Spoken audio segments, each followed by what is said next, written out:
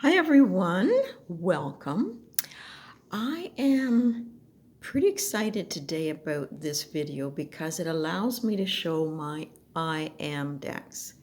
And these are 5 that I'm going to be showing you, my top I am decks. Now, what's an I am deck? Well, like the A and the M, it has to be awesome. It has to be amazing and attractive. And for the M, it has to be magical and meaningful.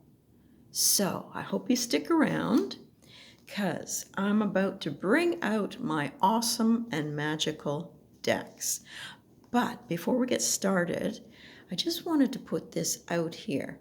This is a magical station that I've been visiting, and it's at Essence of the Moon, and that's a dash, not an underscore, I6N.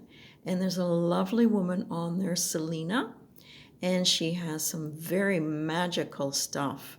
The tools she has are incredible, and she shows you how to bring that magic to the table. So if you want to stop by there, that's my shout out for Selena.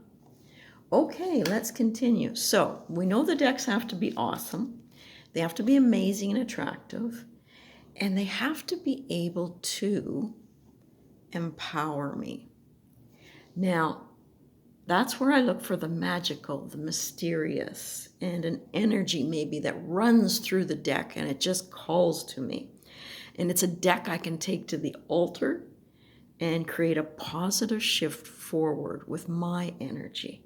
So that it's a deck that makes me feel I am so much more with the guidance and the energy of the deck. So this is the first one I'm bringing forward, the Tarot of the Vampires, and it's by Charles Harrington and illustrated by Craig Marr. They do have, if you search really hard, a video, and I don't have at hand the contact, but you can go in and the author and the artist are talking about how each card came to be and all the little symbolism. So that's a neat little one to research. Now, this is the deck. These are the backs. I use reversals. You can bring your own energy to the red flower or the white. And it is a deck that certainly has an energy running through it that you just can't help feeling. And it's that energy, I think, that inspires me to really do some work with this deck. So there's our 3 of Cups. You can see some of the magic being worked on there in the 8 of Pentacles.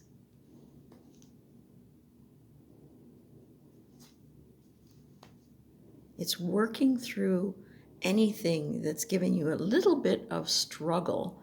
And with this deck, hopefully finding that power, that passion, that energy to make whatever it is you're working on shift and change for a better. So it teaches us to hone our skills, I think, by feeling that young, vibrant energy that runs through it, deals with fear, and facing it and working through it. And finding, I guess, the support in the deck so that you can grow magically. So let's just show you a little bit about the book. And it's called The Codex of the Vampires. As I say, it's got a lot of information. And this one here, for instance, the 8 of Swords, that some vampires, it would seem, do have reflections. In a hall of mirrors, a young human woman finds herself cornered by a vampire with deadly saber in his hand, a deadly saber in his hand. Knowing that his prey is confounded by the array of images, he taunts her, striking fear into her heart. But, we can all find ourselves in situations, but you choose cards for your magic. You choose the crystals, the stones, the herbs. You bring these cards to the altar and you cause that change. Your energy, your power. And I like the way this fellow just seems to say, cheers, I'm emotionally happy for whatever it is that you're working on. And how can I support you? And having the magic feel like it's at your fingertips. So, really, really wonderful deck for an I am. Okay, my second I am deck is the Witch Sister Tarot. And I often, in my mind, call it the Twisted Sister Tarot. I don't know why. And it is by Julia Jeffrey. This is really becoming interesting the more I pour energy into it. It does have a really good book, and you do get some interesting spreads in the back, but it's the images too, the haunting images. You're out in nature, you're feeling the power within you, and you're tapping into the energy of folklore, myth, magic. And as I was saying, I'm trying to tap into each of the individual suits, because you can find herbs, crystals, things like that mentioned that you can bring to the altar, to the magic that you're trying to create.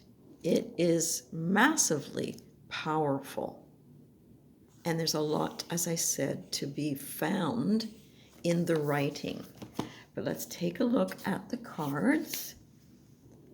These are the backs. And these are the images.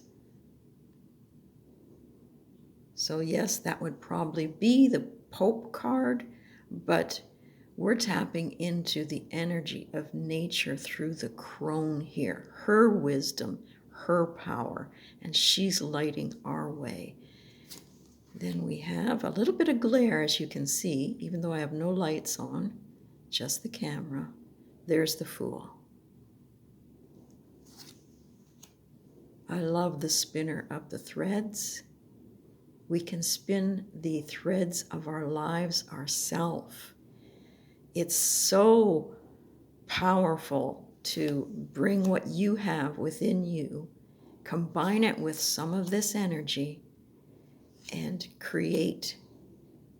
Use those words, write those lyrics, and envision what it is that you want to work on. And it's like she's looking at you and saying, what is it that you are seeking? So it's finding a few cards you can bring to the altar. I like to do 3. If you've watched my channel, you know I like to do 3 in a stepping pattern up towards making that energy happen. But I'm also experimenting with 3 cards in a row. So we'll see how that goes. So that is the Witch Sisters. Okay, the third I Am deck is the Tarot of the Sorceress. And I think it was this deck actually that got me back to the altar and working on my magic. It's put out by Rockpool. It has a pretty good book with it in that it does give you herbs, crystals, and stones that you can bring and really pump up the energy of your magic with some spreads included. So here are the backs. They are gold gilded. They're sturdy. They have not warped. And you can see that, there's pause, there's reflection, but there's so much more going on in each of the cards. You know, you can stir those emotional thoughts and energies and bring those crystals in to clear any blockages and get rid of stagnant. And 6 of water to me is memories. So maybe it is tapping back into that ancestry knowledge that can help you. Reflecting on that.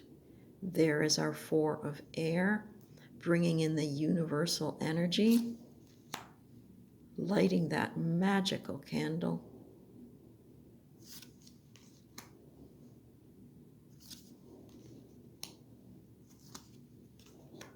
I really liked the way the deck, encouraged you. Find those herbs, find those charms, find that magic energy, tap into it, and grow. So that is the gorgeous Tarot of the Sorceress. My 4th I Am deck, the Call of the Morrigan. It's a 45 card deck and guidebook, and you can see the authors there. An oracle has a wonderful little stand that you can use for an altar if you wish. The images are very strong, and let's just get some of these out of the box.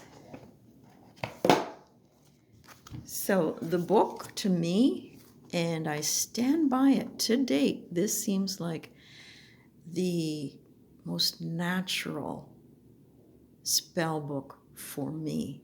I seem to have a connection here, and there is still a little bit of fear because you're working with a very powerful woman, and I have yet to feel fully and confidentially, I don't know what's the word there, confident in that I am tapping into her energy. Right now, I think I'm tapping into awakening my own energy. So this is the Call of the Morrigan, and it really does go into the spells, showing you what you will need, the prayers that can be said, and it walks you through it, connecting you to the folklore again. But let's take a look at the cards. There is the backs. Pretty strong, pretty powerful. They are a fair good size, but if you're working at the altar, you're going to be able to see your cards and the details. So here we go. There is a woman at work doing her own ritual. And with the raven wisdom behind her, all the power symbols. There's 5. It is a warrior deck.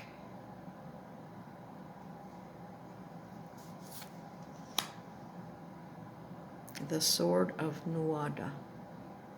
Look at the grasp there of the Morrigan.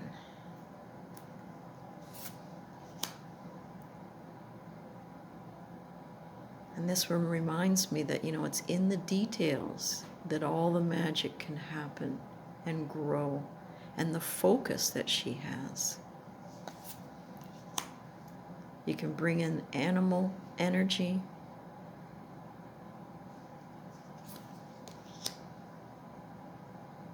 There's Maka. Shape-shifting. Gathering.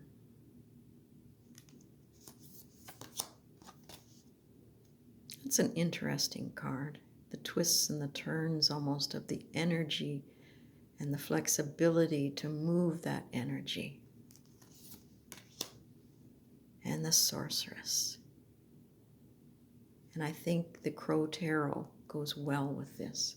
But that is the Call of the Morrigan. And last but not least in my selection for my top 5 I am is the Wikipedia spell deck. You know, there's 100 spells and rituals in here that you can do. And it is grouped nicely. So if you're looking up a spell for whatever it is you want to work on, you know, you've got your sabbats, and the backs change between sections. And normally you're getting 9 cards for the sabbats, and then it goes on to something else. Now, these are not in order of how they came out of the box, but you can see again, it gives you a suggestion for the materials. It gives you the ritual. It gives you the verse that you might want to bring to the table and how many times to say it, what candle. And that's what I was liking. I'm the type of person who likes suggestions and then running with it.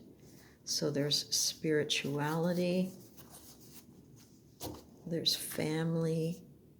The backs are really gorgeous, but it puts all the tools that you need in your hand so that you have something to run with. Your love spells.